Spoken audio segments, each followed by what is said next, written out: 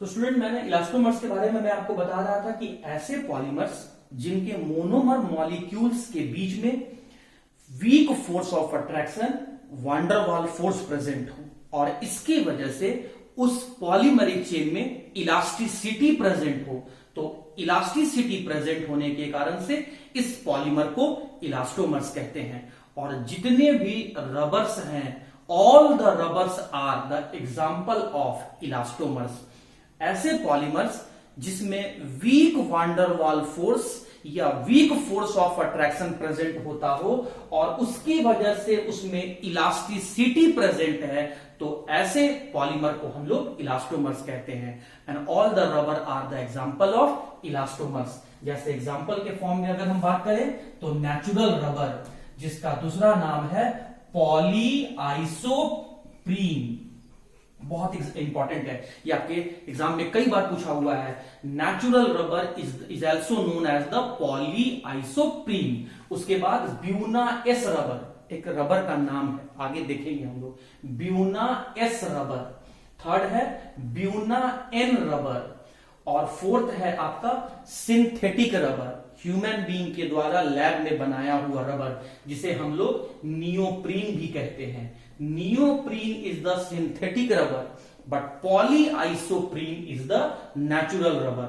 और हर रबर में, चाहे वो नेचर से मिलने वाला हो, चाहे वो ह्यूमन बीइंग के द्वारा बनाया गया हो, सभी में इलास्टिसिटी प्रेजेंट होता है। और इलास्टिसिटी इसलिए प्रेजेंट होता है क्योंकि उसमें weak van der Waals force, weak force of attraction होते हैं। तो ऐसे ही पॉलीमर को हम लोग इलास्टोमर्स कहते हैं। ऐसे पॉलीमर्स जिनके मोनोमर मॉलिक्यूल्स के बीच में फोर्स ऑफ अट्रैक्शन अधिक होता हो, मैक्सिमम होता हो, तो ऐसे पॉलीमर्स को फाइबर्स कहते हैं। और अगर मैं बात कर रहा हूं कि फोर्स ऑफ अट्रैक्शन अधिक है, तो इसका मतलब इसमें अधिक क्यों है? क्योंकि इसमें हाइड्रोजन बॉन्ड और वैंडर वाल फोर्स दोनों प्रेजेंट हैं। हाइड्रोजन बॉन्ड और वैंडर वाल फोर्स दोनों प्रेजेंट हैं। वैंडर वाल फोर्स अलग अलग टाइप का होता है। तो यहां पर स्टूडेंट कॉम्पिटिटिव एग्जाम में पूछा हुआ है कि किस तरह का वैंडर वाल फोर्स प्रेजेंट होता है।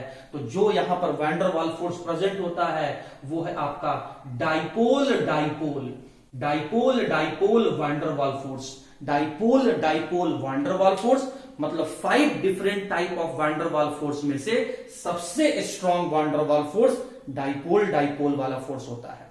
तो डाइपोल डाइपोल वैंडर वाल फोर्स और हाइड्रोजन बॉन्ड होने के कारण से इस पॉलीमर्स में फोर्स ऑफ अट्रैक्शन अधिक होता है और ऐसे पॉलीमर्स को हम लोग फाइबर्स कहते हैं। जितने भी फैब्रिक्स मतलब कपड़ा हमारे डे टू डे लाइफ में आप यूज करते हैं, वो सब फाइबर्स पॉलीमर्स के अंदर कैटेगराइज किया जा सकता है। एग्जाम्पल के फॉर्म में अगर हम बात करें स्टूडेंट, तो नाइलॉन हो गया, टेरिलिन हो गया, नाइलॉन हो गया, टेरिलिन हो गया, पॉली अक्राइलोनाइट्राइल हो गया। तो ये ऐसे पॉलीमर्स हैं जिनके मोनोमर्स के बीच में strong force of attraction present होता है, मतलब हाइड्रोजन बॉन्ड और डाइपोल डाइपोल वैंडर वाल फोर्स प्रेजेंट होता है। तो ऐसे पॉलीमर्स को हम लोग फाइबर्स कहते हैं। थर्ड आ जाइए, थर्ड है आपका थर्मोप्लास्टिक। इसका मतलब है ऐसे पॉलीमर्स जिनके मोनोमर मॉलिक्यूल्स के बीच में फोर्स ऑफ अट्रैक्शन इलास्टोमर्स से तो अधिक हो लेकिन आपका फाइबर्स से कम हो। या फिर हम सीधा सीधा कह सकते हैं कि मोनोमर मॉलिक्यूल के बीच में force of attraction intermediate range का हो।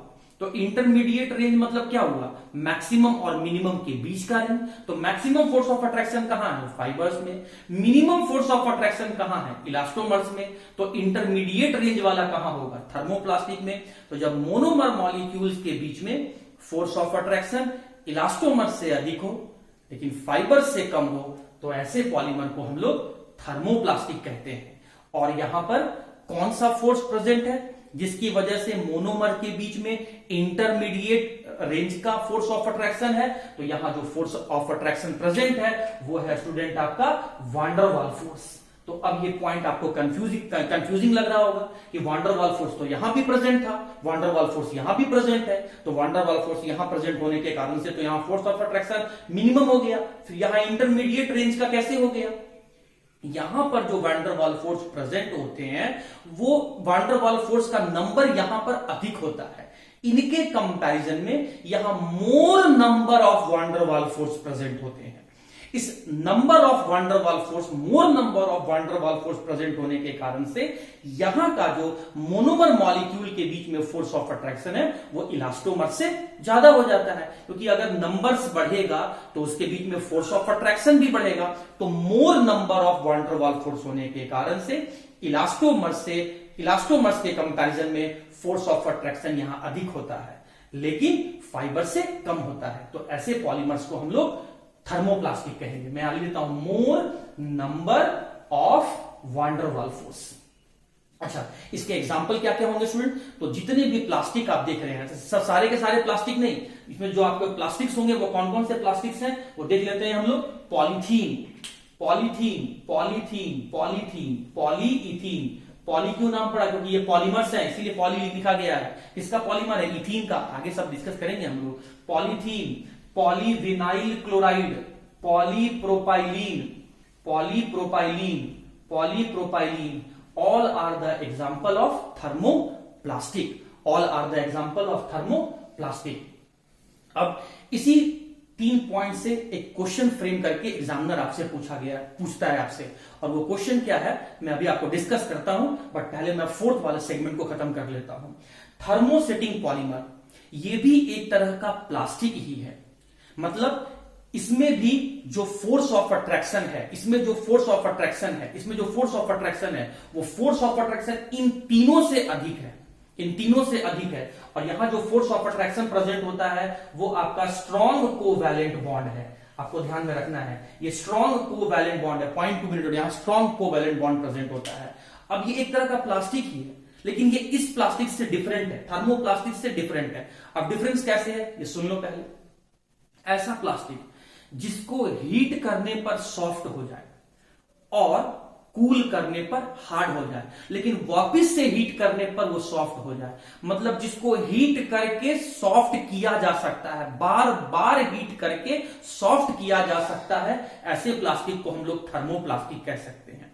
लेकिन ऐसा प्लास्टिक जिसको हीट करने पर तो सॉफ्ट हो जाए, कूल करने पर फिर हार्ड हो गया, लेकिन फिर इसको वापस से हीट करने पर यह सॉफ्ट नहीं हो पाए, तो ऐसे प्लास्टिक को हम लोग कहते हैं थर्मोसेटिंग पॉलीमर। अब इसके बीच में आपको डिफरेंस एग्जाम में पूछता है कि what is the difference between the thermoplastic and thermosetting polymer. तो दो डिफरेंस तो आपको बोर्ड पर ही दिख रहा है कि थर्मोप्लास्टिक में आपका वांडर वाल फोर्स प्रेजेंट होता है, थर्मोसेटिंग में स्ट्रॉन्ग कोवैलेंट बॉन्ड प्रेजेंट होता है। थर्मोप्लास्टिक का एग्जाम्पल है पॉलीथीन, पॉलीविनाइल क्लोराइड और पॉलीप्रोपाइलीन। थर्मोसेटिंग का एग्जाम्पल है आपका बेकलाइट और मेलामाइन। थर्ड है आपका इसका डिफरेंस है, थर्ड डिफरेंस है कि थर्मोप्लास्टिक को हीट करके सॉफ्ट किया जा सकता है, बार बार हीट करके सॉफ्ट किया जा सकता है, लेकिन थर्मोसेटिंग को हीट करके सिर्फ एक ही बार सॉफ्ट किया जा सकता है। कूल होने पर अगर वो हार्ड हो गया तो फिर वापस से हीट करने पर उसको सॉफ्ट नहीं किया जा सकता है। तो ऐसे पॉलीमर को, ऐसे प्लास्टिक को हम लोग थर्मोसेटिंग पॉलीमर कहते हैं। एंड 4th डिफरेंस इज कि थर्मोप्लास्टिक में लीनियर चेन्स प्रेजेंट होता है और थर्मोसेटिंग में क्रॉस लिंक चेन प्रेजेंट होता है, इसीलिए इसको दोबारा से हीट करने पर यह सॉफ्ट नहीं होता है। तो this is the difference between the thermoplastic and thermosetting. मैं एक बार फिर से डिस्कस कर देता हूं। अब मैं 2 क्वेश्चन यहां से डिस्कस करने जा रहा हूं। पहला क्वेश्चन है कि what is the difference between the thermoplastic and thermosetting, और वो सेकंड क्वेश्चन जो कॉम्पिटिटिव एग्जाम में कई बार पूछा गया है, इलास्टोमर फाइबर और थर्मोप्लास्टिक को लेकर, मैं ये दोनों क्वेश्चन को डिस्कस कर देता हूं।